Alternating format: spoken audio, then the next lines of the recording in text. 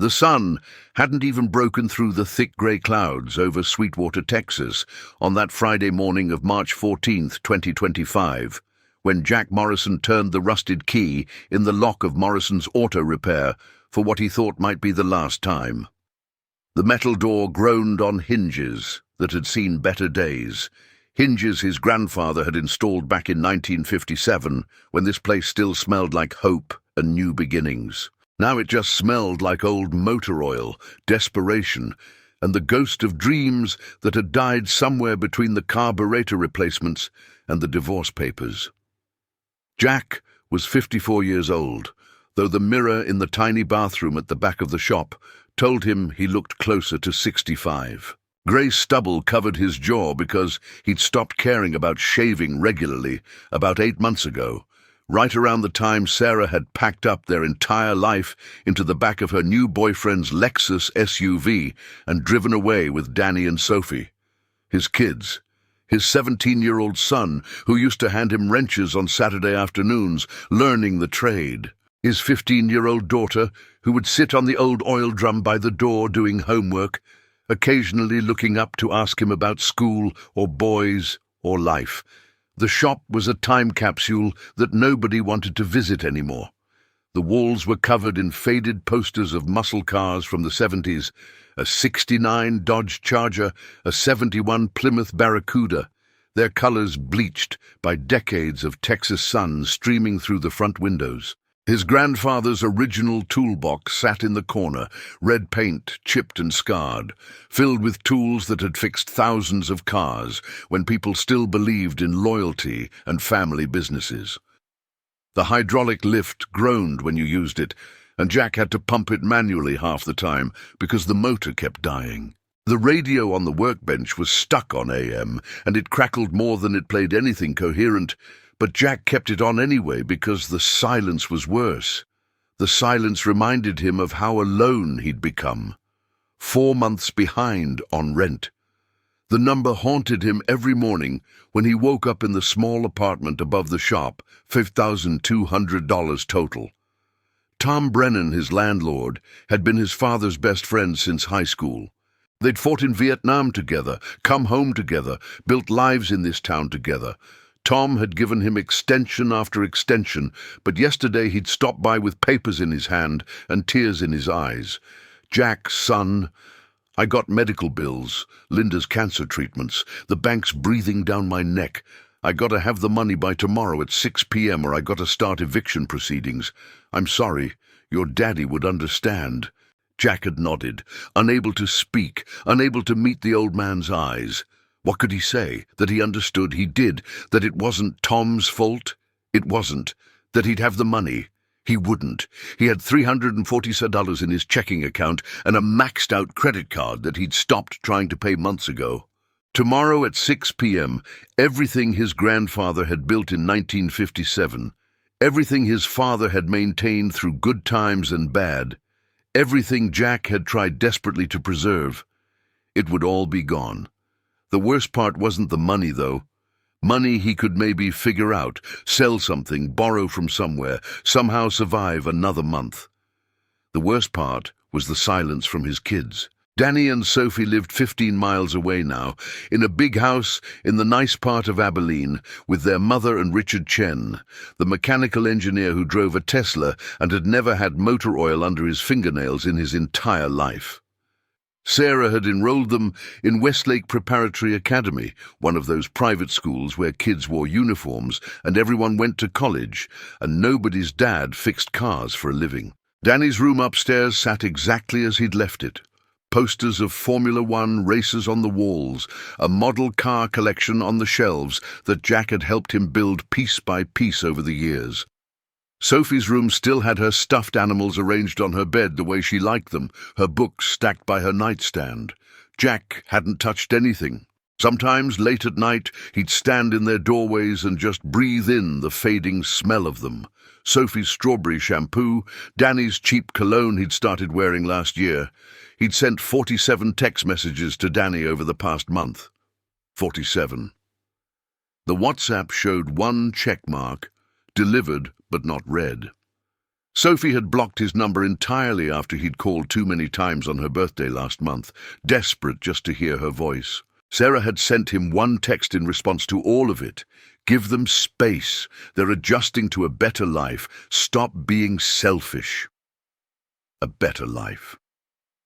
The words carved themselves into his chest every time he thought about them.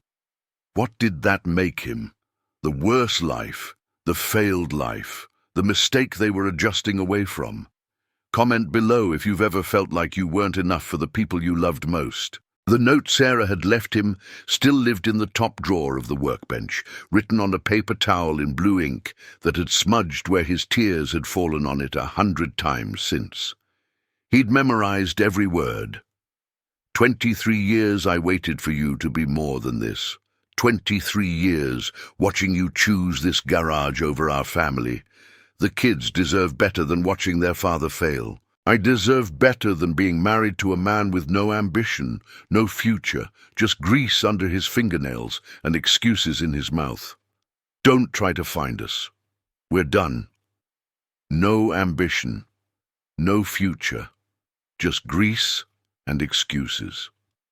Those words echoed in Jack's head every single morning when he woke up alone, every night when he tried to sleep in the bed that used to hold two people and all their dreams. Was she right?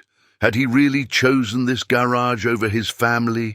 He'd thought he was building something for them, a legacy, a business Danny could inherit, a piece of American history they could be proud of. But maybe Sarah was right. Maybe he'd just been a fool, holding on to the past while the world moved forward without him.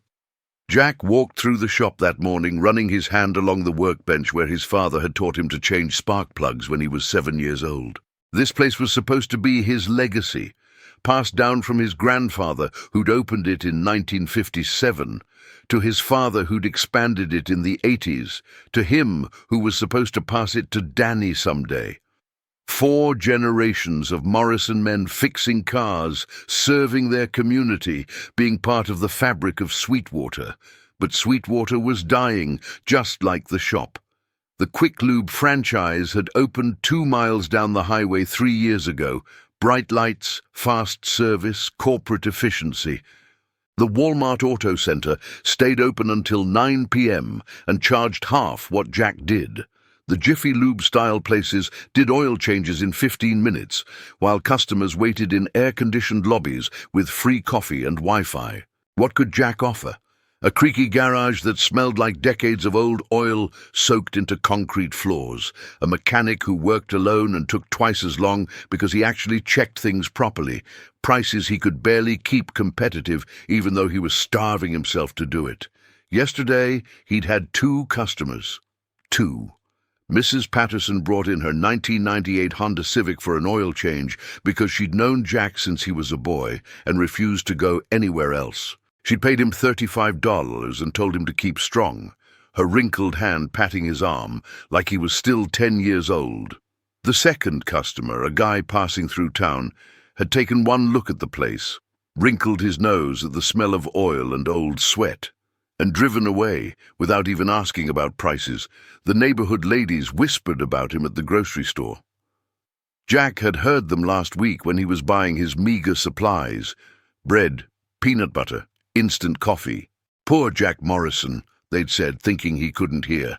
Wife left him for a man with money. Kids won't even talk to him. That garage is going to close any day now. Such a shame. His daddy would be heartbroken. Their pity felt worse than their judgment would have been. $0 in revenue today, so far, and it was already 10 a.m. Jack had made himself coffee at dawn in the tiny kitchenette upstairs, black and bitter because he'd run out of sugar 2 weeks ago and couldn't justify buying more when he needed to save every penny. The shower that morning had been cold because the water heater was broken and he couldn't afford to fix it, which felt like some kind of cosmic joke. A mechanic who couldn't fix his own water heater because he couldn't afford the parts. A father whose kids didn't want to know him. A husband whose wife had literally written their divorce on a paper towel because he wasn't even worth real stationery. He'd prayed that morning for the first time in probably 5 years. Not a real prayer, just words thrown at the ceiling of his bedroom while he lay in bed trying to find the energy to face another day. God, if you're up there, if you exist at all, I don't know what I'm supposed to do anymore. I lost my wife. I lost my kids. I'm losing this place tomorrow. What else do you want from me? What else is there to lose? No answer had come. The ceiling had remained silent, water-stained and cracked. The morning had continued its march toward the inevitable end. Now, standing in the garage at 5:45 p.m. with 15 minutes left before Tom Brennan would arrive with eviction papers, Jack wondered if this was what rock bottom felt like. He didn't know it yet, but something was about to walk through that door that would change everything about his understanding of dignity, grace, and divine intervention. The shop was empty. The cash register held $127 from Mrs. Patterson's oil change and a tire rotation he'd done for Pastor Mike from First Baptist 3 days ago. His toolbox sat open on the workbench, and he'd been slowly packing tools into boxes all afternoon, trying not to think too hard about what he was doing. Each wrench he wrapped in newspaper felt like burying a piece of his father, his grandfather, himself. A sound outside made him look up. A car pulling into the parking lot. For one desperate second, hope sparked in his chest. Maybe someone needed work done. Maybe he could make enough for one more week, one more negotiation with Tom. But when he looked out the grimy window, he saw it was just Mrs. Chen driving past in her Buick, probably heading home from the grocery store. Not a customer. Just life continuing around him while his world fell apart. Then he heard them. Footsteps. Slow, shuffling footsteps, like someone dragging themselves along the sidewalk with tremendous effort. Jack stood up from the stool and looked out the window, squinting in the fading late afternoon light. At first, he thought it might be a mistake, some kind of hallucination created by exhaustion and despair. But no, there was definitely someone out there. A figure approaching the shop slowly, painfully, like each step required more strength than they possessed. As the figure got closer, Jack felt his stomach turn. It was a man, but calling him that almost felt generous. He looked like something that had crawled out of the darkest corner of human suffering. His hair hung past his shoulders, thick and matted and filthy, dark brown turned almost black with dirt and grease, and things Jack didn't want to identify. Actual knots tangled through it like birds' nests, with what looked like pieces of food or paper or God knew what stuck in the snarled mess. His beard covered most of his face, equally filthy, streaked with brown stains that might have been tobacco juice or dried food or worse. The man's clothes were catastrophic, a grey T-shirt that had maybe once been white, now so covered in grime and stains that Jack couldn't even identify the original colour with certainty. Dark patches of sweat created maps of misery across the fabric. Holes dotted the shirt, and the collar was stretched out and torn.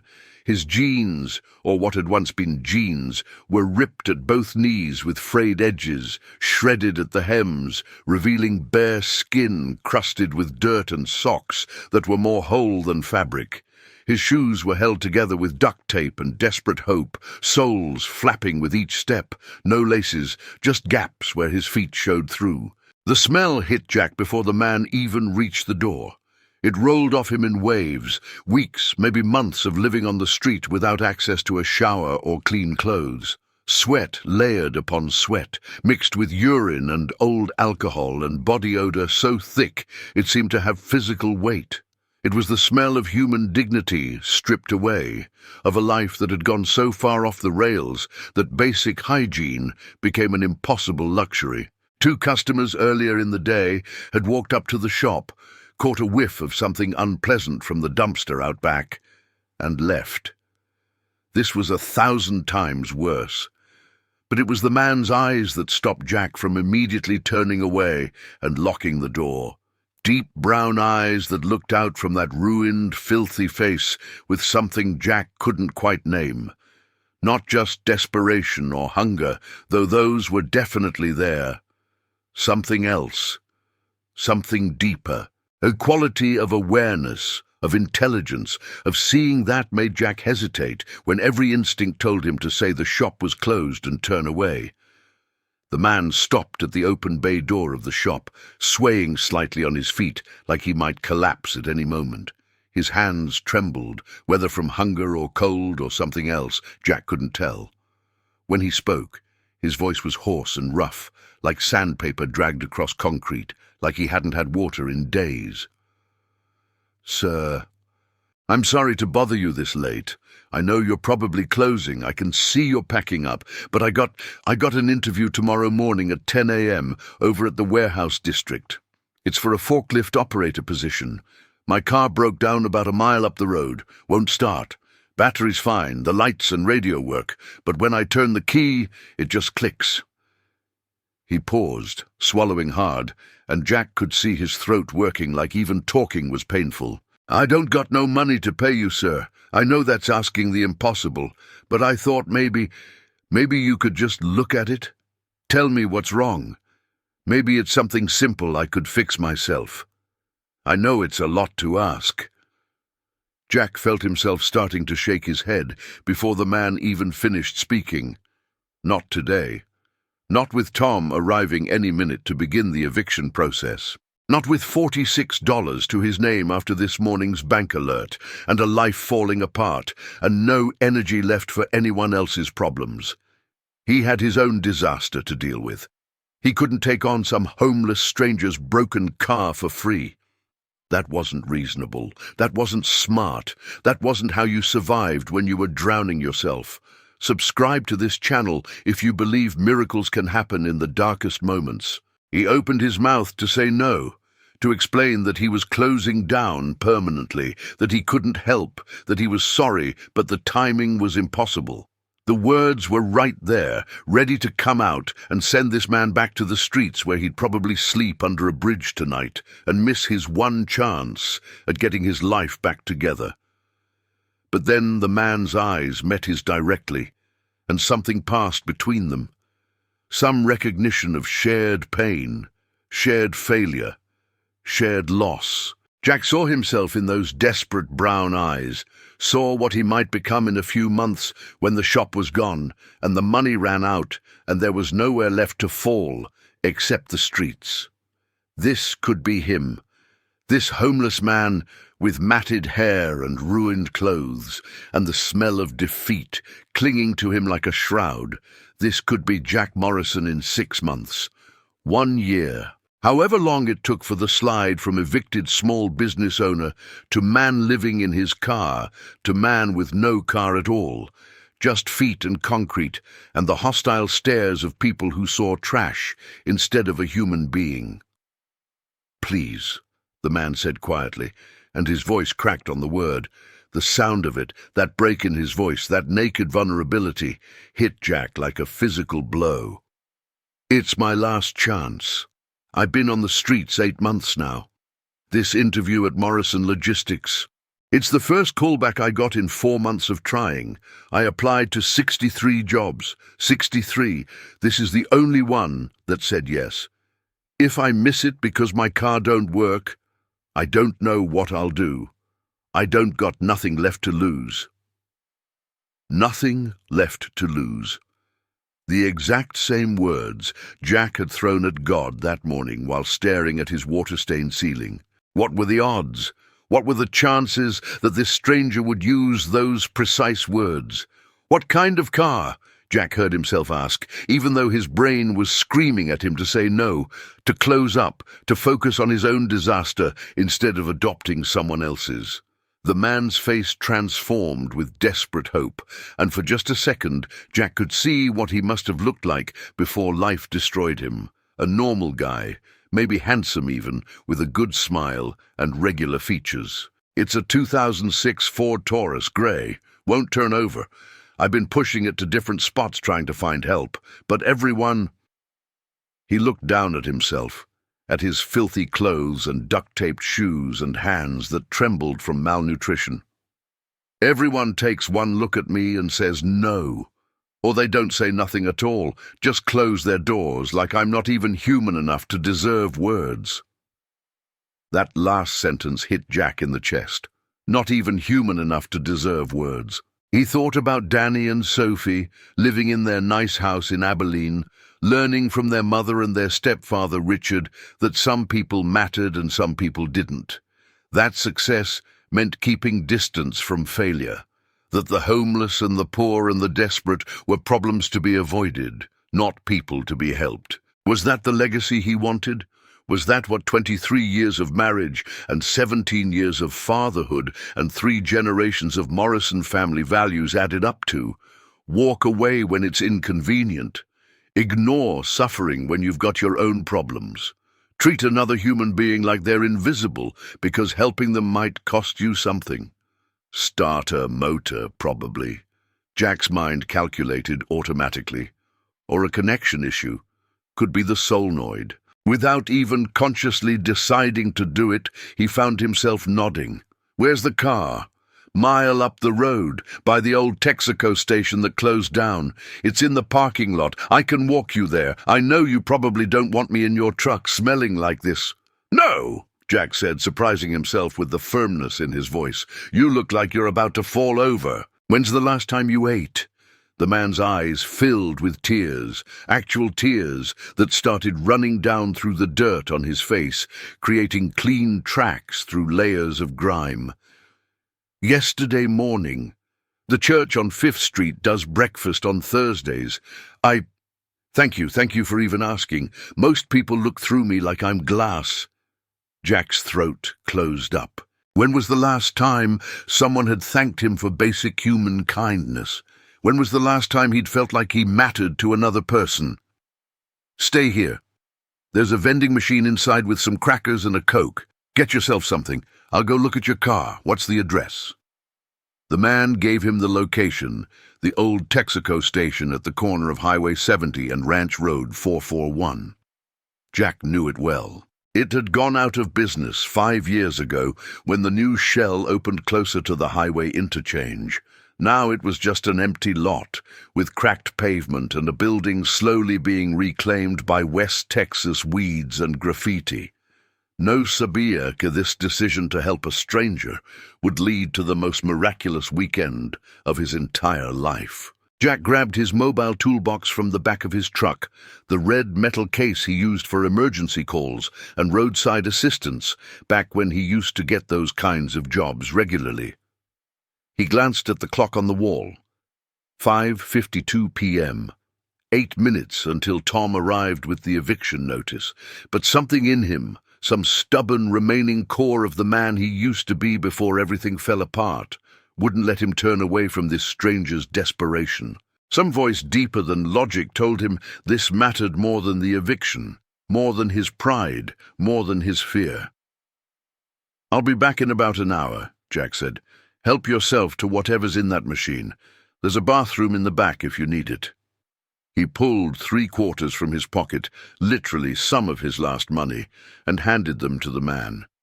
"The Coke, 75 cents.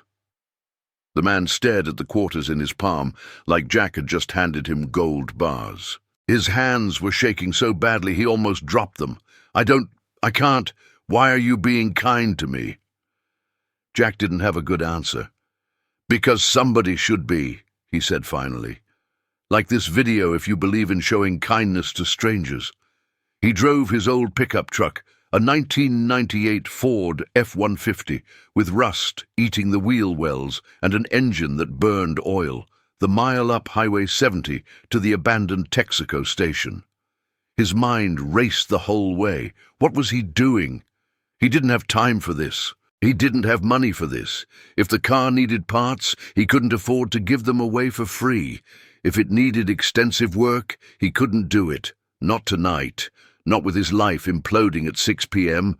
Tom was probably already at the shop, finding it empty, taping the eviction notice to the door, but he couldn't stop himself. Something about that man's eyes, that voice cracking on the word please, the tears cutting through the dirt on his face.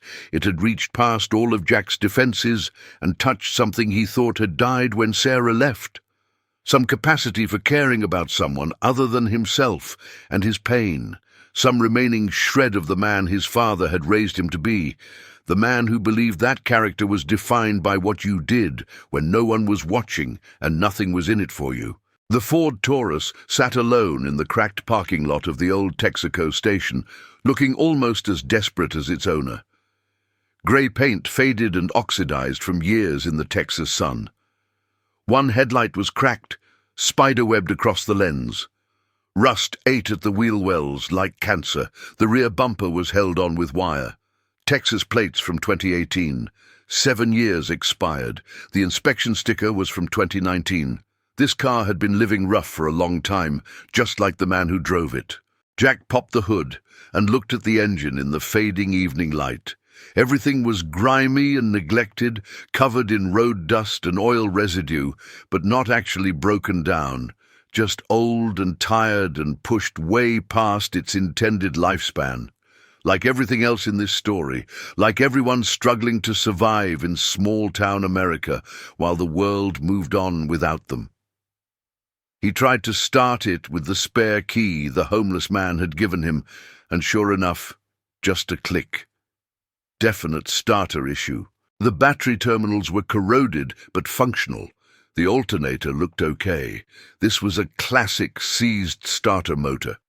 27 minutes later, lying on his back on the filthy, oil-stained concrete with a flashlight clenched in his teeth and his shoulder wedged against the undercarriage, Jack had confirmed the diagnosis. The starter motor was completely seized, had probably been dying for months, and the homeless man had been nursing it along, probably bump-starting it or hitting it with a hammer until it finally gave up completely. The part itself would cost about $85 from the auto parts store if he bought a remanufactured unit, maybe $180 for a new one. Installation time, probably an hour. Total job value, $250, $300 if he was charging his normal rates, which he wasn't going to see a penny of because the man had no money, zero. Probably negative money if you counted whatever debts he'd left behind when he hit the streets 8 months ago. Jack lay there under the car, staring at the rusted undercarriage, and thought about just leaving, putting his tools back in the truck and driving away and telling the man, sorry, can't help, good luck with your interview, hope you figure something out. It would be the rational thing to do, the smart thing. The thing that anyone else would do in his situation, the thing that Richard Chen, with his Tesla and his engineering degree and his healthy bank account, would definitely do. But then he thought about Danny and Sophie, growing up in their nice new life in Abilene, learning from their mother and stepfather that success meant having money and looking down on people like their real dad. Learning that people like this homeless man, people who'd lost everything and were just trying to crawl back up from rock bottom, didn't deserve help unless they could pay for it. Learning that you measured a person's worth by their bank account instead of their character. No, Sabia's next decision would set in motion events that would restore everything he thought he'd lost forever. Was that the world he wanted to live in? Was that the lesson he wanted his kids to learn? That dignity only mattered if you could afford it? That kindness was a transaction instead of a principle? That when your brother was down, you stepped over him instead of reaching down to help him up? Jack pulled himself out from under the car and made a decision that would change everything, though he didn't know it yet. He drove to the AutoZone on the south side of town, the one that stayed open until 8 p.m. for people who needed parts after work. The fluorescent lights inside were harsh and bright after the dimness of working under the car. He found the remanufactured starter motor for the 2006 Ford Taurus in aisle 7, $89.47, including tax. He stood in the checkout line holding the box, looking at the price tag, doing the math in his head.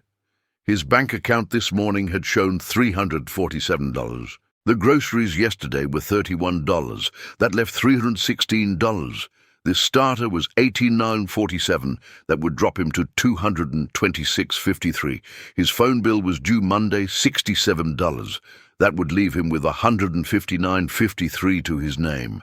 The overdraft alert this morning had said he was already below $50 after some automatic charges had gone through. He was probably already overdrawn and didn't even know it yet. This purchase might bounce, might trigger overdraft fees that would spiral into more fees. He could put the starter back on the shelf, walk away, tell the homeless man he'd diagnosed the problem but couldn't fix it. At least then the guy would know what was wrong, could maybe find someone else to help, could maybe scrape together money somehow. That would be something, right? That would be more than most people would do. No sabía que angels were watching this exact moment, recording his choice in the books of heaven. The cashier, a tired-looking woman in her 40s with an AutoZone vest and a name tag that said Brenda, waited patiently. "You getting this, hon?" Jack thought about his grandfather, who'd opened Morrison's auto repair in 1957 with nothing but tools and a dream and a belief that honest work and fair dealing meant something. He thought about his father, who'd maintained that legacy through the ups and downs of the economy, who'd always said that a man's character was measured by what he did when no one was watching and nothing was in it for him.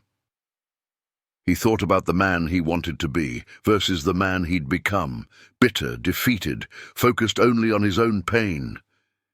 "Yeah," Jack said, "I'm getting it." He paid with his debit card, held his breath while the machine processed the payment, felt relief flood through him when it approved. The receipt showed his new available balance, $226.53. Enough to survive on for maybe another week if he ate nothing but peanut butter sandwiches and ramen noodles. Not enough to pay Tom the $5,200 he owed.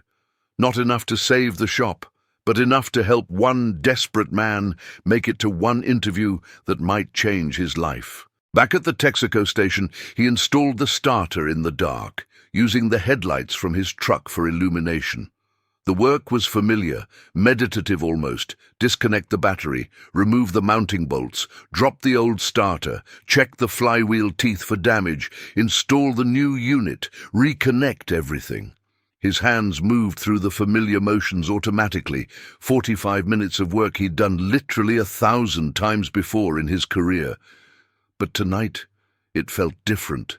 Tonight it felt like he was fixing more than just a car, like he was fixing something broken in himself, in the world, in the cosmic order of things.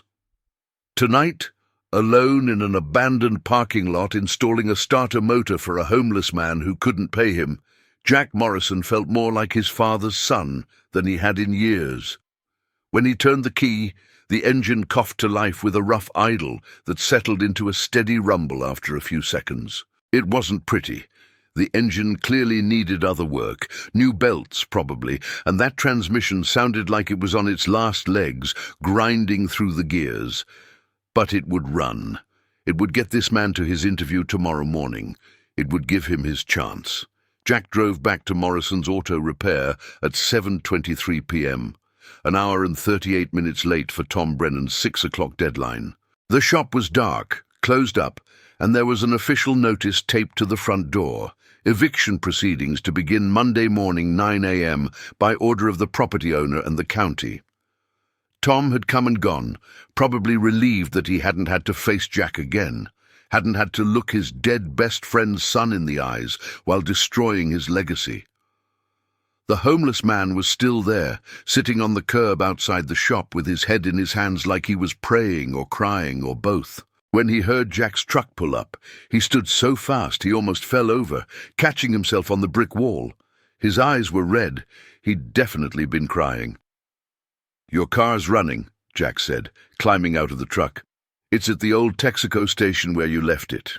Starter motor was seized. I replaced it with a remanufactured unit. Should be good for another 50,000 miles at least, probably more." The man stared at him like he'd just spoken in a foreign language, like the words didn't make sense, couldn't make sense in the harsh world he'd been living in for 8 months. "You... what? You fixed it? But I told you I got no money. I can't pay you, I don't have anything, I know, but the part alone that must have cost doesn't matter. It matters. I can't. You can't just—" The man's face crumpled, and he started crying in earnest now, not just tears, but full-body sobs that shook his thin frame, made him double over with the force of it.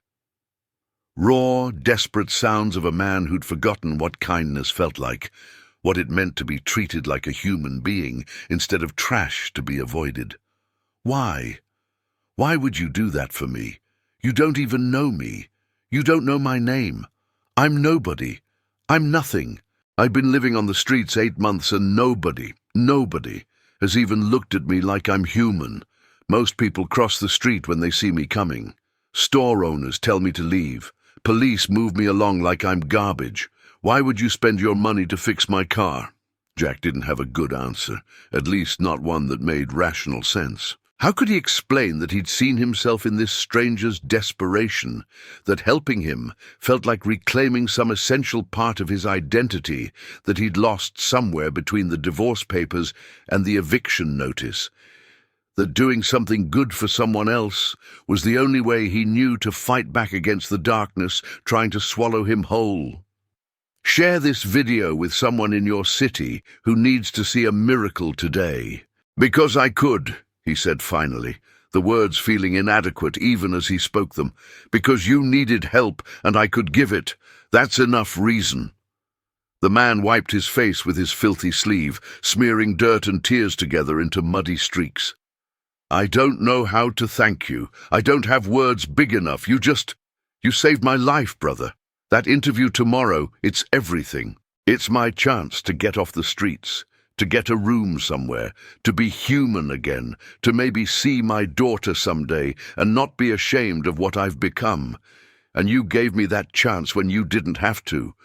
When it cost you money you probably don't have. That's grace I don't deserve. That's the kind of goodness I thought had died in this world. They stood there in the parking lot in the growing darkness, 2 men who'd lost everything, and something passed between them that Jack wouldn't fully understand until later. Some connection deeper than just mechanic and customer, deeper than just charity and gratitude. Something that felt almost sacred, like this moment mattered in ways that extended beyond the immediate circumstances into some larger cosmic accounting. "What's your name?" Jack asked. "I fixed your car and don't even know what to call you." "Michael," the man said. "Michael Santos. And you're Jack Morrison. I saw the name on the sign." He gestured at the old Morrison's auto repair sign above the bay door, the one Jack's grandfather had installed in 1957. "Nice to meet you, Michael. I wish it was under better circumstances." Michael's eyes followed Jack's gesture toward the eviction notice taped to the door, and understanding flooded his face. "Oh no. Oh God, no. You're losing your shop, and you used your money to fix my car? Jack, no. I can't accept that.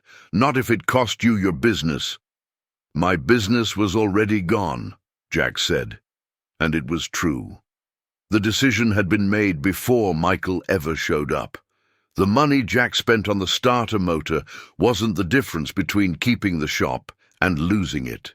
That ship had sailed months ago, probably years ago, when the franchises moved in and the economy changed, and small independent shops like his became dinosaurs waiting for extinction. "You didn't cost me anything I wasn't already losing." "Still," Michael said quietly, his voice thick with emotion. "Still, what you did, that's kindness I don't deserve. That's dignity you gave me when the world's been telling me for 8 months that I don't matter. You're a good man, Jack Morrison. Better than me, better than most people I ever met in my whole life. I won't forget this, I promise you. I won't forget." Jack wanted to argue, to say that he wasn't good, that he'd failed his wife and kids and business, that there was nothing admirable about being a 54-year-old loser going broke in a dying Texas town. But the look in Michael's eyes stopped him. In that moment, to this homeless stranger, Jack Morrison was a hero. For the first time in years, Maybe the first time since Danny was little and used to look at him like dads could fix anything, someone looked at Jack and saw something worthwhile, saw someone worth admiring. "Tell you what," Jack said, an idea forming even as he spoke. "You said your interview's at 10 a.m. tomorrow." Michael nodded. "Morrison Logistics. It's about 8 miles from here, over in the industrial park. You can't go to an interview looking like, well, no offense, but you need to clean up. Come inside. I got a shower upstairs in my apartment, and I can probably find some clean clothes that'll fit you well enough. You can clean up here, sleep on the couch in the office, get a decent night's rest, and head to your interview in the morning looking like a human being who deserves a chance instead of—" He gestured at Michael's appearance without finishing the sentence. Michael's eyes went wide, white, standing out starkly against the dirt on his face. You're inviting me into your home, a stranger off the street who smells like this, who probably has fleas or lice or God knows what. You're offering to let me sleep in your house?"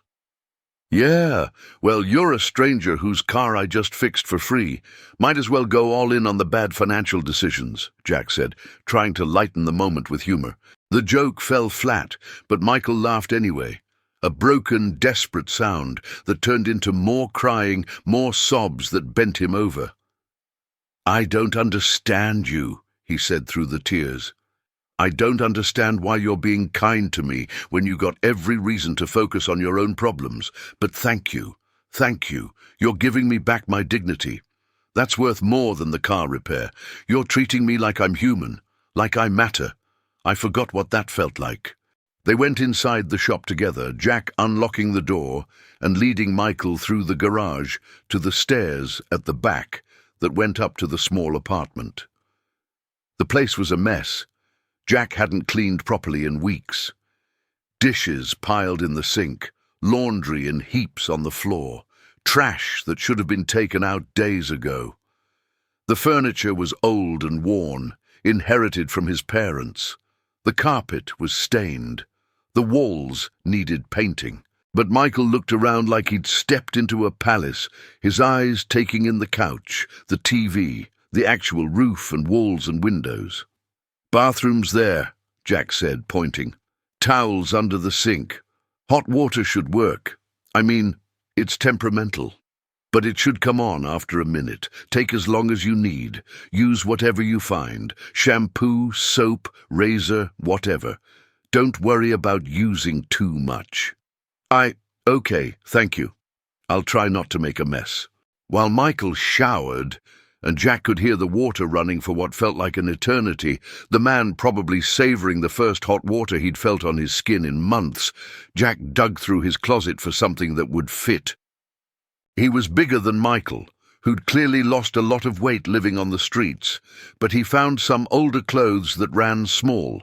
A pair of jeans from 10 years ago when he'd been thinner, a button-down shirt that had shrunk in the wash, clean socks still in the package, boxer shorts with the tags still on them from a Christmas gift he'd never worn.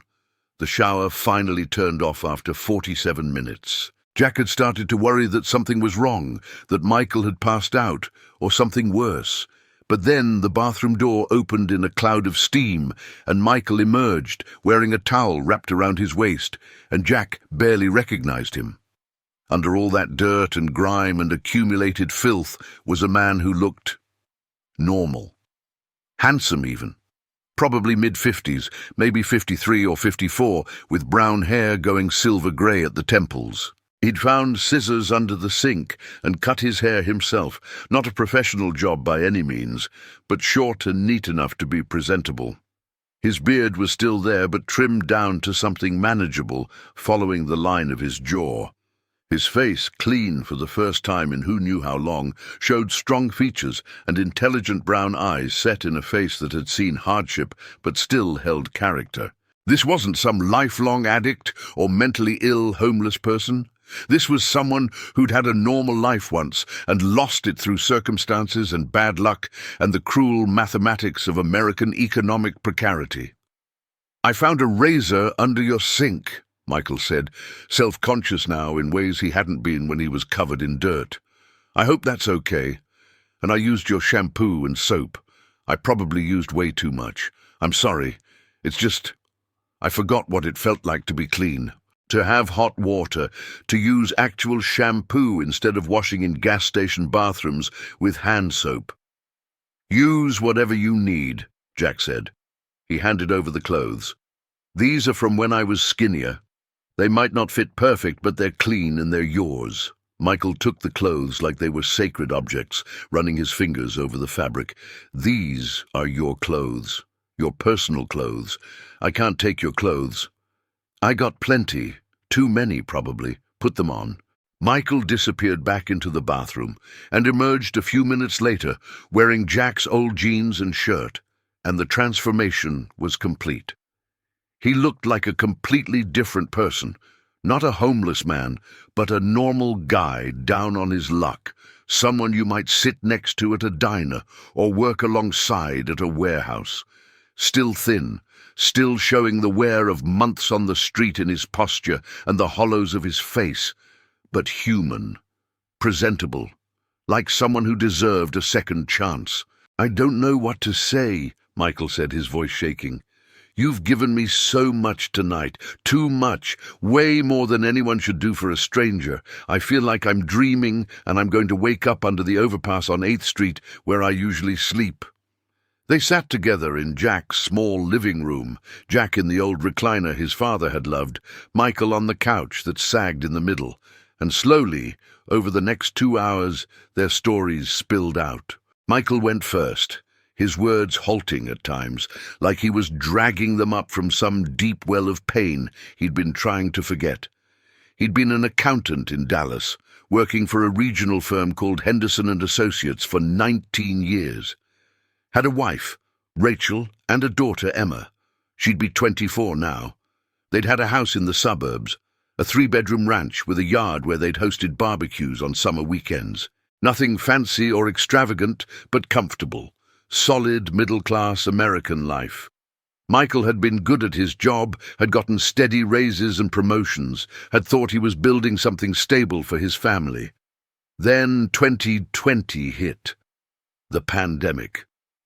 At first, the firm had adapted, everyone working from home, Zoom meetings replacing conference rooms. But 2 years later, when the economy still hadn't fully recovered and businesses were looking to cut costs anywhere they could, Henderson and Associates started laying people off.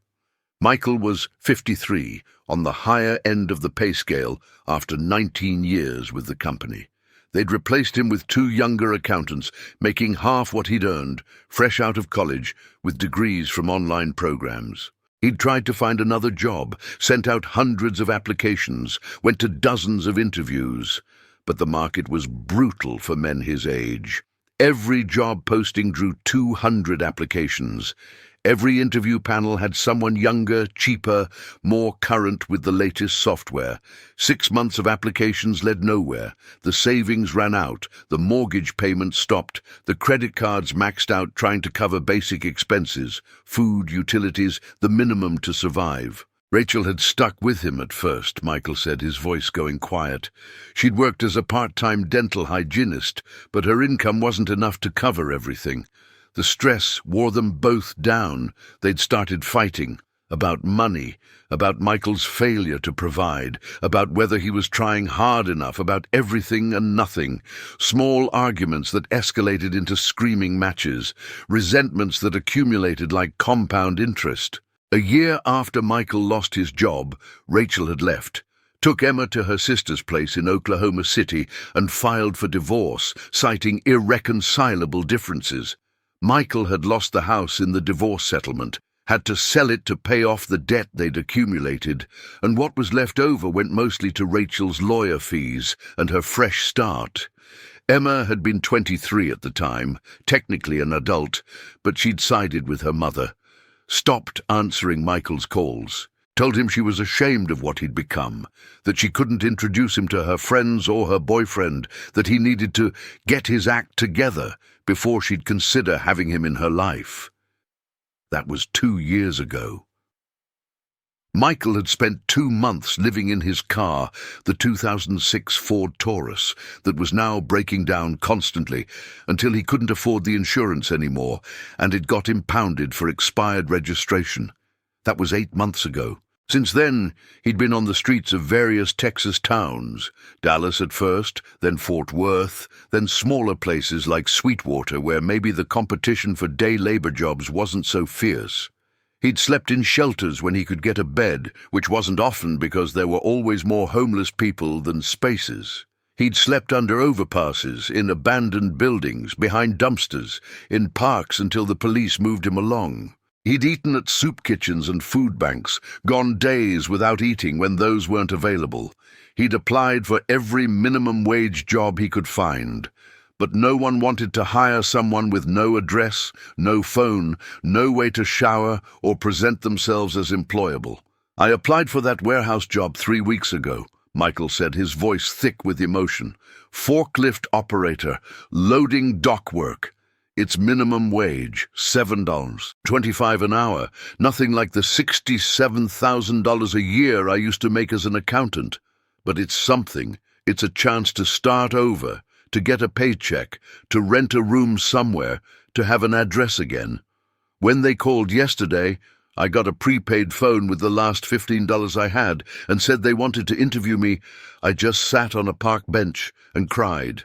Just cried like a baby because finally someone was willing to give me a shot." Jack listened to all of it and heard his own story reflected back at him. Different details, different timeline, but the same essential narrative. A man who'd tried to do right, who'd worked hard and played by the rules and believed the American promise that if you did those things, you'd be okay, and then watched his life fall apart anyway. Lost his wife, lost his kids, lost his dignity and his future and his place in the world. No sabía que he was entertaining an angel or something far greater in his home that very night. "Your wife," Michael said eventually, gesturing around the apartment at the family photos still on the walls. Jack and Sarah on their wedding day, Danny and Sophie as babies, family vacations to South Padre Island. "The kids' rooms I saw when I walked past. They're gone too, aren't they?" Jack nodded, not trusting himself to speak around the lump in his throat. "How long?" "About a year. She left me for a guy with more money, better prospects, Richard Chen. He's a mechanical engineer, drives a Tesla, lives in a big house in Abilene. She took my kids. They won't even talk to me now. My son Danny won't read my texts. My daughter Sophie blocked my number. I've become the embarrassment they're trying to forget." Michael was quiet for a long moment, his eyes distant. "I know that pain. That specific pain of being told you're not enough. Not enough as a provider, not enough as a man, not enough as a father, just not enough. And the worst part is wondering if they're right, if maybe you really are just a failure who deserves to lose everything, if maybe the people who left you made the smart choice and you're the idiot for not seeing it coming." "Yeah," Jack said, his voice barely above a whisper. "Yeah, that's exactly it. Every single day, I wonder if Sarah was right, if I really did choose this garage over my family, if I'm really just a man with no ambition who was always going to end up alone and broke." "You're not," Michael said firmly, leaning forward on the couch. "You're not, Jack. What you did for me tonight. Fixing my car when you couldn't afford it. Bringing me into your home when you got every reason to focus on your own problems, giving me dignity when the whole world's been treating me like garbage. That's not a man with no character. That's not a failure. That's goodness. That's the kind of heart that God sees and remembers." The way he said it, that God sees and remembers, sent a strange shiver down Jack's spine. But he was too tired and too emotionally wrung out to analyze it. They talked for another hour, sharing their pain and their regrets and their desperate hopes that maybe tomorrow would be better than yesterday. Around 11 p.m., Michael's eyes started closing involuntarily, exhaustion finally overcoming him. "You should sleep," Jack said. I'll get you a blanket and pillow for the couch. Do you need anything else? Water? Food? I don't have much, but there's some bread and peanut butter. I'm okay, Michael said. You already gave me more than I deserve. More than anyone's given me in 8 months. Thank you, Jack, for everything, for seeing me as human, for your kindness, for your grace. Jack set him up on the couch with a blanket and pillow, and Michael was asleep within minutes, deep, exhausted sleep of a man who finally felt safe for the first time in months. Jack stood there for a moment watching him sleep. This stranger who'd walked into his garage just a few hours ago and somehow become important in ways Jack couldn't fully articulate. He went to his own bedroom but couldn't sleep. His mind kept racing through the events of the day, the money he'd spent that he couldn't afford, the eviction notice on the door downstairs, the impossible situation he was in. But mixed in with the anxiety was something else. Something he hadn't felt in a long time. A sense of having done something meaningful, a sense of being the person he wanted to be instead of the failure everyone told him he was. Leave this video playing for blessings in the next 24 hours. Jack finally fell asleep around 2 a.m. and woke up Saturday morning to the sound of movement in the apartment. For a confused, hopeful moment, he thought it might be Danny, that his son had come home, that everything had been a nightmare.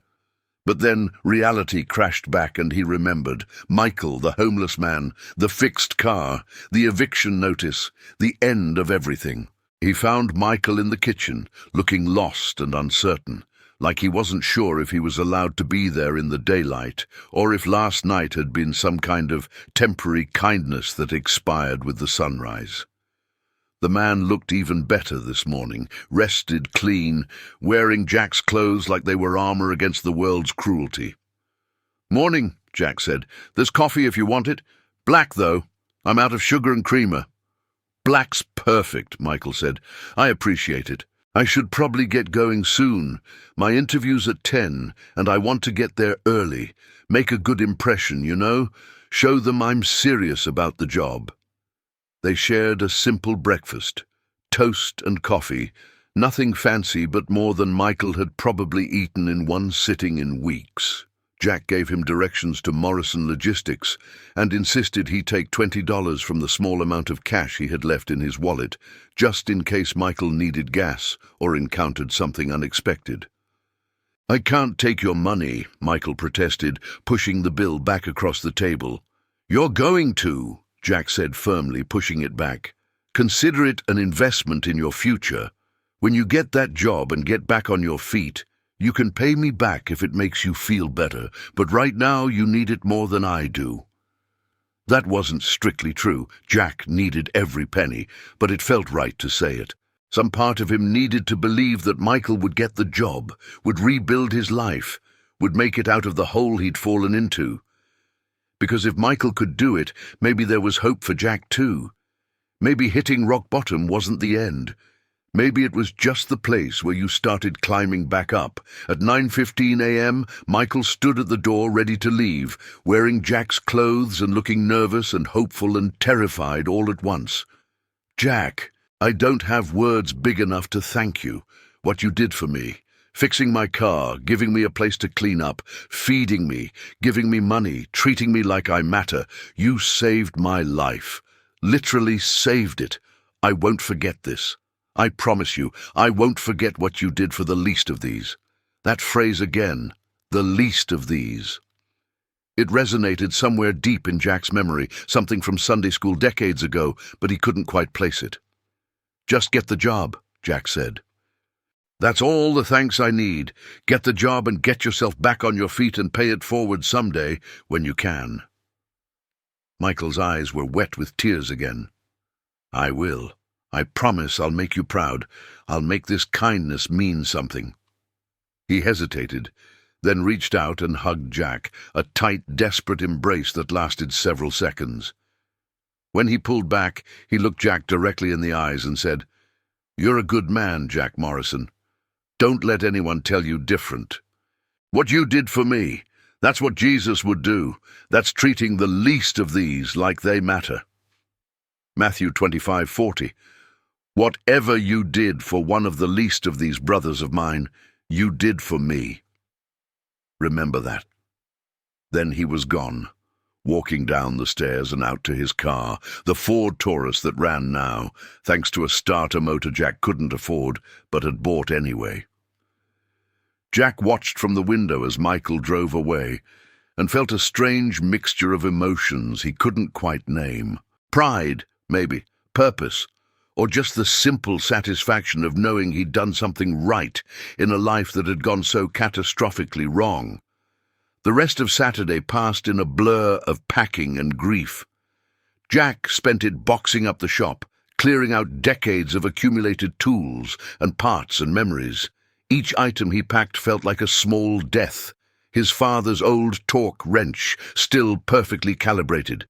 His grandfather's prize socket, set in its original case from 1955. The sign that had hung over the door since 1957, with Morrison's Auto Repair, honest service since 1957, in faded letters that had once been bright red.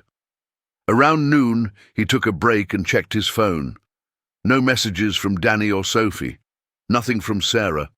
Just a notification from his bank that his account balance was critically low, $206.53 after the starter motor and some automatic charges that had gone through overnight.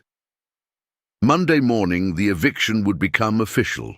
By the end of next week, he'd probably be sleeping in his truck, just like Michael had before his car got impounded. The irony wasn't lost on Jack. No sabía que his act of kindness had triggered a chain of events in the supernatural realm that would manifest within hours.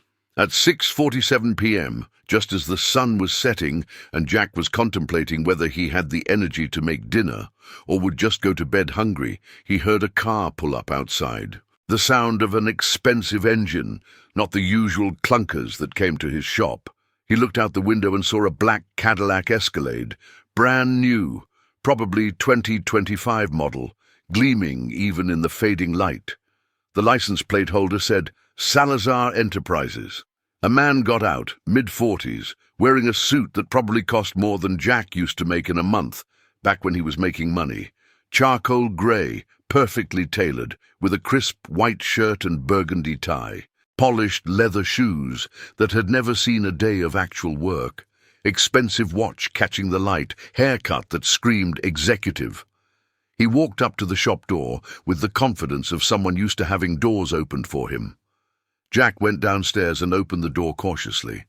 "Can I help you? We're actually closed, permanently closed." The man smiled, a genuine, warm smile that didn't match his corporate appearance. "Are you Jack Morrison?" "Yeah. Who are you?" "Edward Salazar. I own Salazar Enterprises. We do commercial property management and development across West Texas. 7 counties, about 40 properties. I'm looking for an automotive service director for a new project I'm launching, and I heard you might be available. More than available, actually. I heard you're exactly the man I need." Jack stared at him, confused. "I don't understand. I'm closing down. This place is getting evicted Monday morning. Who told you about me? I haven't applied for any jobs." Edward's smile widened. "Someone I trust completely told me you're the best mechanic in Sweetwater. More than that, they told me you've got something most people in business have lost. Heart, integrity, the kind of character that can't be taught or bought. They said you helped someone yesterday who couldn't pay you, treated them with dignity when you had every reason to focus on your own problems. That tells me everything I need to know about the kind of man you are." Jack's heart started pounding. "Who told you this? Michael? The homeless guy? How would he even know how to contact you?" "Let's talk inside," Edward said, gesturing toward the shop. "I have a proposal for you, and I think you're going to want to hear it." They sat in the small office at the back of the shop, surrounded by boxes of Jack's packed-up life, and Edward laid out an offer that seemed too good to be real. He was launching a chain of full-service auto repair shops across West Texas, 5 locations initially, with plans to expand to 15 within 3 years. places that would combine modern efficiency with old-school craftsmanship and customer service. The kind of shops where people would actually want to bring their cars, where mechanics took pride in their work, where integrity mattered more than profit margins. I need experienced managers who know the business inside and out, Edward explained. People who can train staff, maintain quality standards, build customer loyalty. People with character. I'm offering you a position as Regional Operations Director.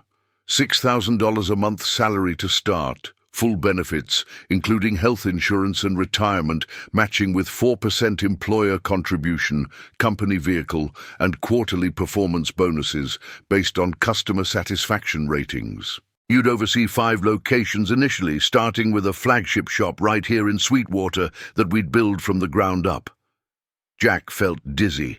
$6,000 a month. That was $72,000 a year. More than he'd made even in his best years running the family shop. Why me? You don't even know me. For all you know, I'm a terrible mechanic who drives customers away. You're not, Edward said firmly. I did my research after getting the recommendation last night. Spent all morning making calls. Checked with your suppliers at AutoZone and O'Reilly's.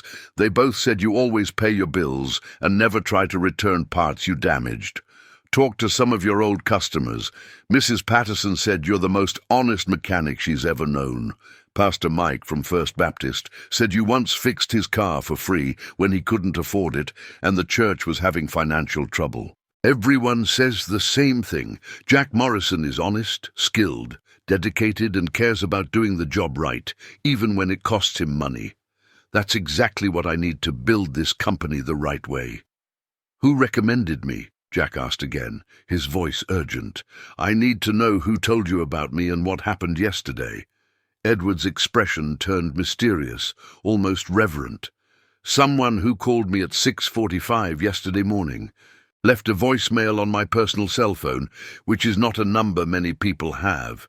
The voice said I needed to find Jack Morrison at Morrison's Auto Repair before the weekend ended, that it was urgent, that you'd shown extraordinary kindness to someone who couldn't repay you, and that if I wanted to build a business with real integrity, you were the foundation I needed. The voice said, and I wrote this down because it struck me as odd, what he did for the least, he did for me.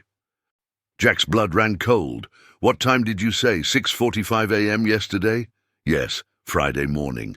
That was impossible. Michael hadn't even arrived at the shop until 5:45 p.m. Friday evening. He couldn't have called anyone at 6:45 a.m. about something that hadn't happened yet. Unless Nosabiak, the being he'd welcomed into his home, wasn't bound by normal rules of time and space. Can I think about this? Jack asked, his mind spinning with impossibilities. This is a lot to process. Yesterday I was getting evicted, and now you're offering me— Actually, Edward interrupted gently, about the eviction. I bought this property from Tom Brennan last night, called him at 7 p.m., made an offer of $240,000 cash, which is about $40,000 over market value, and we closed the deal by 10 p.m. This building, the lot, all of it, it's mine now, which means there's no eviction happening Monday. In fact, I'd like you to keep using this space rent-free while we get the new operation set up. Consider it part of your compensation package. You'll transition from owner to director, but the Morrison name stays. Morrison's Auto Repair becomes the flagship location for the whole chain. Jack felt like the floor had dropped out from under him, like reality had stopped making sense. You bought. Tom didn't say anything. He didn't call me. I asked him not to, wanted to tell you myself. He seemed very relieved. Said something about his wife Linda's cancer treatments and medical bills piling up. When I offered to buy the property and keep you on as a tenant and employee, he jumped at it. Said your father was his best friend, and he'd been sick about having to evict you. 7 p.m. Friday night, right after Jack had come back from fixing Michael's car, right after he'd invited the homeless man into his home.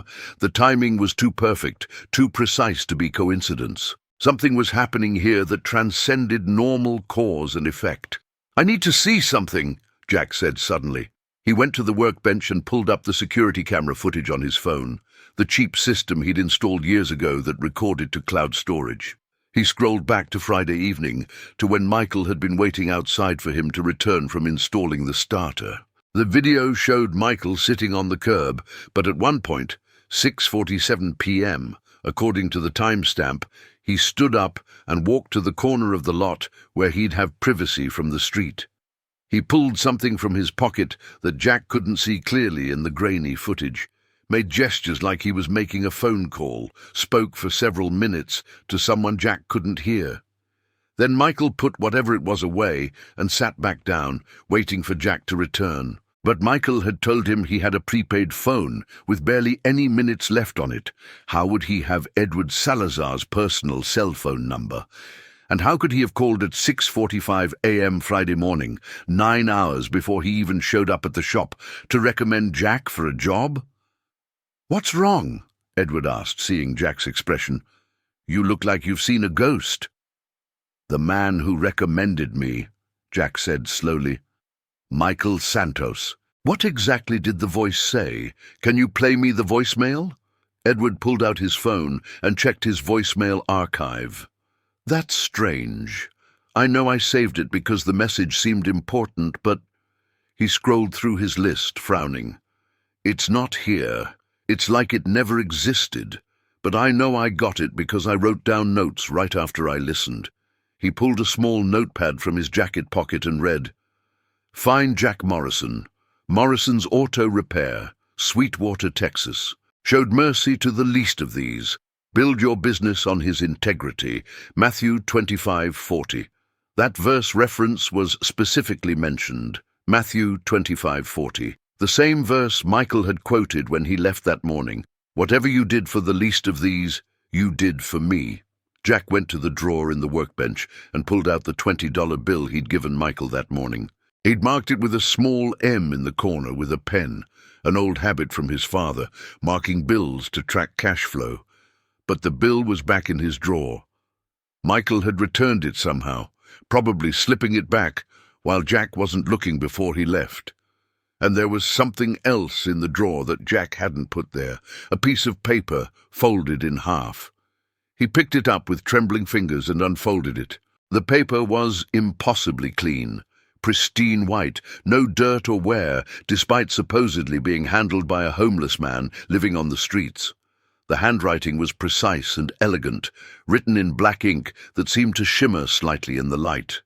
"Jack, you showed mercy when you had nothing left to give. You helped the least of these when you yourself were lost and broken. You fixed what was broken without asking for payment. You fed the hungry, clothed the naked, and welcomed the stranger into your home." Matthew 25:40. "Truly I tell you, whatever you did for one of the least of these brothers and sisters of mine, you did for me. Your kindness has been seen and recorded in heaven. The shop is yours, the debt is paid, the job is yours, your provision is secured. Your children will return, your family will be restored. Keep serving with this same heart, and you will never lack for anything you truly need. I will be watching. I will return. Your brother and Lord." Jack read the note 3 times, his hands shaking so badly he could barely hold the paper. His heart pounded like it might burst through his ribs. Your brother and Lord, not a friend, not Michael, your brother and Lord. "Are you okay?" Edward asked, standing up with concern. "Jack, you're white as a sheet. What does that note say?" "The man who called you," Jack said, his voice barely above a whisper. "Can you describe his voice, anything about it?" Edward frowned, thinking hard. "I don't. That's odd. I remember answering the phone. I remember the message clearly, every word of it. But the voice itself—" He trailed off, looking confused and slightly disturbed. "I can't describe it. Can't tell you if it was young or old, deep or high-pitched, accented or not. It's like trying to remember a dream that's already fading. I know I heard it, but I can't recall any details about it. That's not normal, is it?" Jack looked down at the note again, at the words that seemed to glow on the page. "Keep serving with this same heart. I will be watching. I will return, your brother and Lord. The chair Michael had sat on last night, Jack walked over to it now and ran his hand along the wooden back. There, carved into the wood in letters so small he'd never noticed them before, were words that made his breath catch. Met 2540 on one side, and on the other side, barely visible, what looked like nail scars burned into the wood where hands would grip. "I'll take the job," Jack heard himself say, his voice sounding distant to his own ears. 6,000 a month, regional director, all of it. "When do I start?" Edward's face broke into a wide smile. "Excellent. That's wonderful news. I'll have my lawyers draw up the contracts and bring them by Monday morning. We'll need to discuss expansion plans, hiring protocols, training standards, customer service expectations, all of it. But I have a very good feeling about this partnership. I think you and I are going to build something special that honors both profit and people, something that matters." They shook hands, and Edward left shortly after, promising to be in touch first thing Monday with all the paperwork and a $3,000 signing bonus to be deposited directly into Jack's account.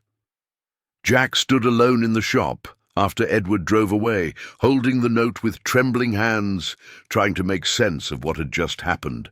Michael Santos, a homeless man who'd appeared out of nowhere at exactly 5:45 p.m. on Friday, right when Jack needed to be reminded of who he really was beneath all the failure and pain. A stranger who'd needed help at the precise moment Jack needed to give it. And now, less than 24 hours later, Jack's entire life had been transformed. The shop saved. A job offer beyond anything he could have imagined or hoped for. A future that looked nothing like the despair of Friday afternoon. Jack drove to the old Texaco station where he'd fixed Michael's car, but the Ford Taurus was gone. He tried searching for Michael Santos on his phone. Facebook, LinkedIn, local records, anything. Nothing. No Michael Santos matching that description anywhere in the system. No record of anyone by that name having an interview at Morrison Logistics. In fact, when Jack called Morrison Logistics, they said they weren't hiring at all, had no forklift positions open, hadn't interviewed anyone in 3 weeks. He drove around Sweetwater for 2 hours, checking the places where homeless people congregated, the overpass on 8th Street that Michael had mentioned, the park near the library, the alley behind the church that did free breakfasts on Thursdays. No one had seen anyone matching Michael's description. No one knew anyone named Michael Santos. It was like the man had simply vanished into thin air. Comment your prayer request below and watch God move in your situation. Sunday morning, Jack went to First Baptist Church for the first time in 5 years. He sat in the back pew, still not entirely sure what he believed or why he was there, just knowing he needed to be in a place that acknowledged something bigger than himself, something beyond the material world of bank accounts and evictions and broken families. Pastor Mike's sermon that morning, and Jack would later wonder if this too was somehow orchestrated by forces beyond normal chance, was from Matthew 25. The exact passage, the story of the sheep and the goats, where Jesus says that whatever you did for the least of these, you did for him. How at the final judgment, people would be shocked to learn that every time they fed a hungry person, clothed someone naked, welcomed a stranger, visited someone in prison, they were actually serving Christ himself in disguise. "Some of you might think this is just metaphor," Pastor Mike said from the pulpit, his voice carrying through the small sanctuary. "Just a nice poetic way of saying, be kind to people because it's the right thing to do. But I really truly believe, that sometimes, maybe more often than we think, Jesus actually walks among us in the flesh, comes to us in disguise as the poor, the homeless, the desperate, tests our hearts to see if we'll still choose love and mercy when it costs us everything, when we've got nothing left to give.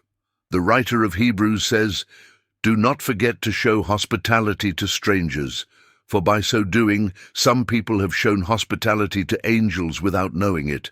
2. What if it's not just angels? What if sometimes it's the Lord himself?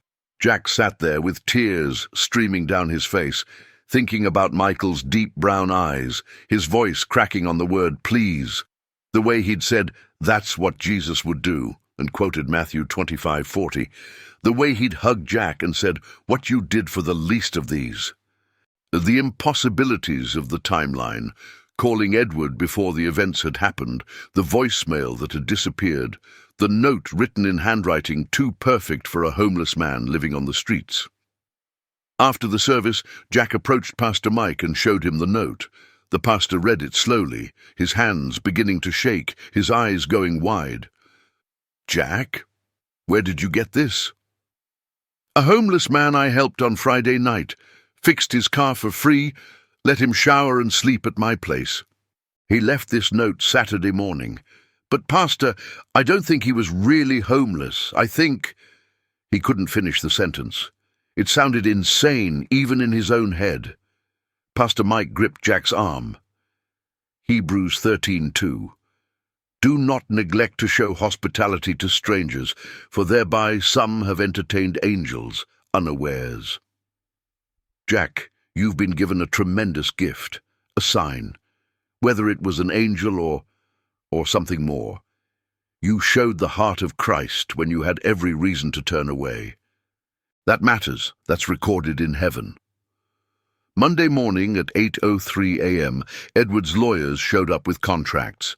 Everything he'd promised, $6,000 monthly salary, full health benefits with dental and vision, 401k with 4% employer match, company vehicle, a 2024 Ford F-150 and Morrison Auto Repair Blue, profit sharing after the first year.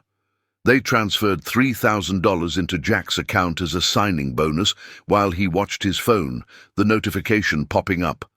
Deposit $3,000. New balance, $3,206.53. By noon Monday, Jack's phone started ringing with old customers. Mrs. Patterson called to say she'd heard Morrison's was under new ownership and wanted to schedule her regular maintenance.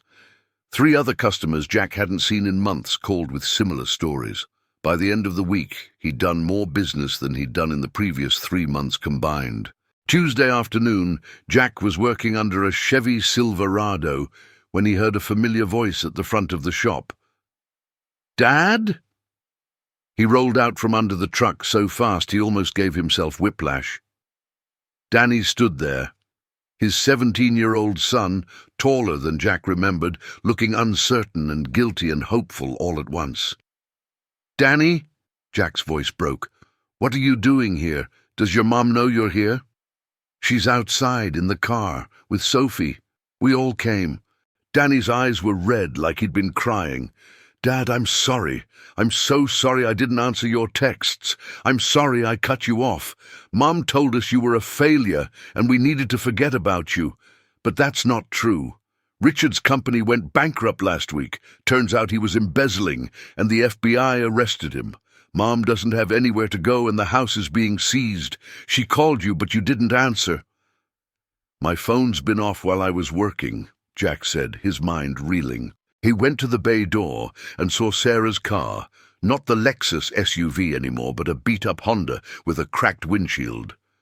Sarah sat in the driver's seat looking small and scared. Sophie was in the back, crying. No Sabia could divine justice and mercy would move so quickly to restore what had been stolen from him. The next 30 minutes were a blur of tears and apologies and explanations. Sarah was devastated. Richard had been arrested for fraud. All their money was gone. The big house was being taken by the government. Westlake Prep had expelled Danny and Sophie when the tuition checks bounced. She had nowhere to go, no job, no prospects. She'd spent 3 days trying to decide whether to call Jack, whether he'd even take her call after how she'd treated him. "I was wrong," Sarah said, standing in the shop where she'd told Jack she'd never set foot again, tears streaming down her face. "I was so wrong about everything. I thought Richard's money and success were what mattered. I thought you were holding us back. But you were the one with integrity all along. You were the one who actually cared about doing right instead of just getting rich." "I'm so sorry, Jack. I know I don't deserve forgiveness. I know I hurt you and the kids.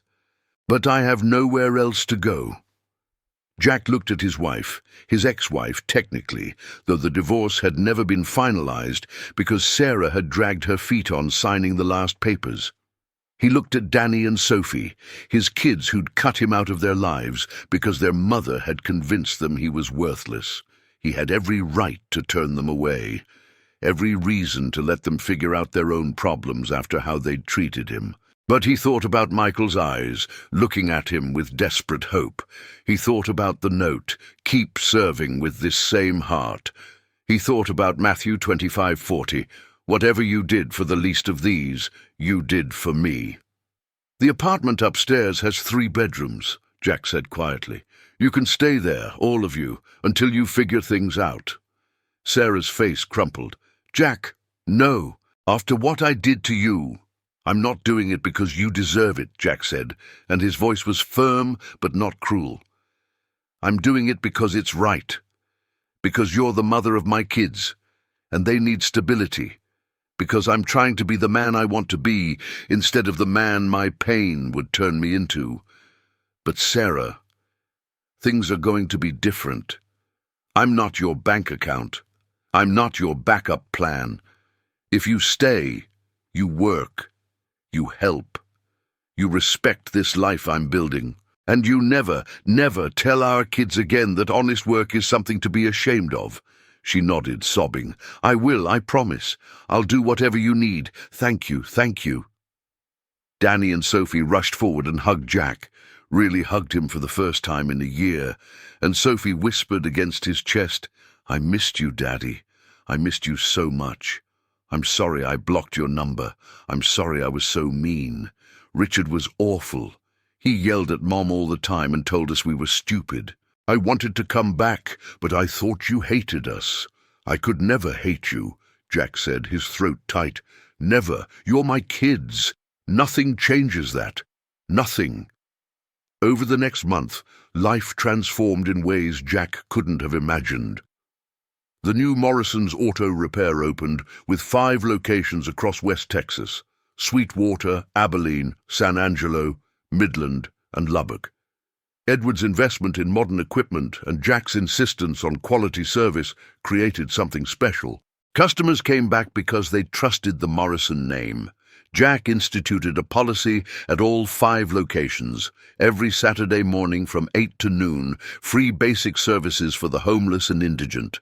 Oil changes, tire repairs, basic maintenance, whatever someone needed to keep their car running so they could get to job interviews and work. The policy became famous across Texas. Local news ran a story. "Mechanic who was helped by stranger pays it forward." The video went viral. Share this story with your city and watch miracles multiply. Danny started working at the shop every Saturday, learning the trade just like Jack had learned from his father. Sophie volunteered, checking people in and managing the free service appointments. Sarah got a job as the office manager across all 5 locations, handling paperwork and scheduling. The family slowly healed, though it wasn't easy or quick. Some wounds took time. 3 months after Michael's visit, on a Saturday evening after the free service hours, Jack was closing up the Sweetwater location when he found something unusual. A comb, professional barber's comb, the expensive kind, sitting on the workbench. He didn't recognize it, hadn't seen any customer bring it in. He picked it up and noticed something engraved on the handle in tiny letters. Matthew 25:40, for the least of these. His hands started shaking. Next to where the comb had been sitting was another note, this one on the same impossible clean paper. "Jack, you remembered. You kept serving with the same heart. 3 months ago I came to you broken and you showed me dignity. Now you've shown 127 others the same mercy through your Saturday services. Well done, good and faithful servant. Your family is restored, your business is blessed, and your legacy will outlive you." Keep the comb as a reminder. I'm always watching, always close, always pleased when my children serve the least of these. I will visit you again. Until then, feed my sheep, love my lambs, be my hands and heart to the broken. Your brother and Lord, Jesus. Jack fell to his knees right there in the shop, the comb clutched in one hand and the note in the other, and prayed for the first time with real faith in years. Not begging prayers or angry prayers, but thanksgiving. Overwhelming, tearful gratitude for grace he hadn't earned, and mercy that had changed everything. Pastor Mike helped Jack frame both notes and the comb, and they hung in a place of honor in the Sweetwater shop. A testimony to what happens when you choose kindness over convenience, mercy over self-preservation, faith over fear. Customers would ask about them, and Jack would tell the story. Some people thought it was metaphorical, a nice lesson about treating people well. Others, those with eyes to see, understood that something supernatural had happened. A year later, on the anniversary of that Friday night when Michael had walked into his shop, Jack stood in the same bay where it had all begun and thought about how drastically his life had changed. The business was thriving, 8 locations now instead of 5, with plans for 12 by next year. His family was healing. Danny had decided to major in automotive technology at the community college, wanting to expand the family business into electric vehicles. Sophie was applying to colleges, her essay about her father's integrity and second chances. Sarah was in therapy working through her mistakes, trying to rebuild trust, and Jack was trying to forgive, not because it was easy, but because he'd been forgiven so much. But more than the business success or the family restoration, what struck Jack most was the change inside himself. He no longer measured his worth by his bank account or his worldly success. He measured it by how he treated the least, the forgotten, the broken. Every homeless person who came through the Saturday free services, he looked them in the eyes and tried to see Christ, tried to offer the same dignity Michael, or whoever Michael really was, had received from him. Listen closely to what happened here, because this truth could change your life if you let it sink deep into your heart. Jack Morrison was broke, hopeless, and hours away from losing everything that mattered. He had every worldly reason to turn away that homeless man, every practical justification to say, "I can't help you, I'm barely surviving myself." But he didn't. He chose mercy when he had nothing left to give. He chose dignity over dollars. He chose to see a human being instead of an inconvenience. And that choice, that single act of sacrificial kindness, changed everything. Matthew 25:40 says, "Truly I tell you, whatever you did for one of the least of these brothers and sisters of mine, you did for me. Whatever you did for the least of these, you did for me." Not, "You did something nice that I noticed." Not, "You earned points toward heaven." You did it for me, as if Jesus himself was standing in front of you, wearing the face of that homeless person, that broke single mother, that addict trying to get clean, that elderly person everyone else ignores. What if the stranger asking for help is actually Jesus testing your heart? What if the beggar at the intersection is Christ in disguise, seeing if you'll choose mercy or convenience? What if God is watching right now to see how you treat the least, the forgotten, the ones everyone else steps over? Matthew 25:40, "Whatever you did for one of the least of these brothers and sisters of mine, you did for me." Proverbs 19:17 tells us, "Whoever is kind to the poor lends to the Lord, and he will reward them for what they have done." Did you catch that? When you help someone who can't pay you back, you're actually lending to God himself. And God always, always pays his debts with interest. Jack lent $89.47 and got back a $72,000 a year job, his family and his purpose.